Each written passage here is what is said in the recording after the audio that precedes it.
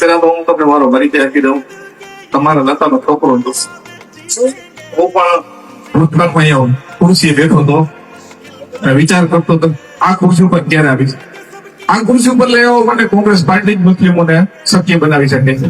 એટલે અહીંયા ઉભેલા ઘણા બધા એવા છોકરા છે કે જેનું ભવિષ્ય મહેનત કરશે એટલે ક્યાંક ને ક્યાંક મારી જેમ એને ફળ મળશે. અને કોંગ્રેસ પાર્ટી મારા જેવા એક નાના કાર્યકરને મારા સમાજના મત અહીંયા 8,000 મુસ્લિમ મત છે, એમાં 600 જણાનો જ મત છે, પણ કોંગ્રેસ પાર્ટીએ મોકો દીધો છે. એટલે બધા મુસલમાન ભાઈઓને મારી એક વિનંતી છે કે કોઈની નિરાશ ના થતા કે તમારા સમાજના 200-500 મત છે, તમે મહેનત કરશો એટલે 100% તમને કોંગ્રેસ પાર્ટી મોકો દેશે. અને તમે એક દિવસ ક્યાંક ને ક્યાંક અલગ કરશે તો તમને કામયાબી મળશે. અને અમારા ઉમેદવાર બીજા એવા છે, એ બધા ઉમેદવાર અમારા એક મહેશ્વરી સમાજના બેન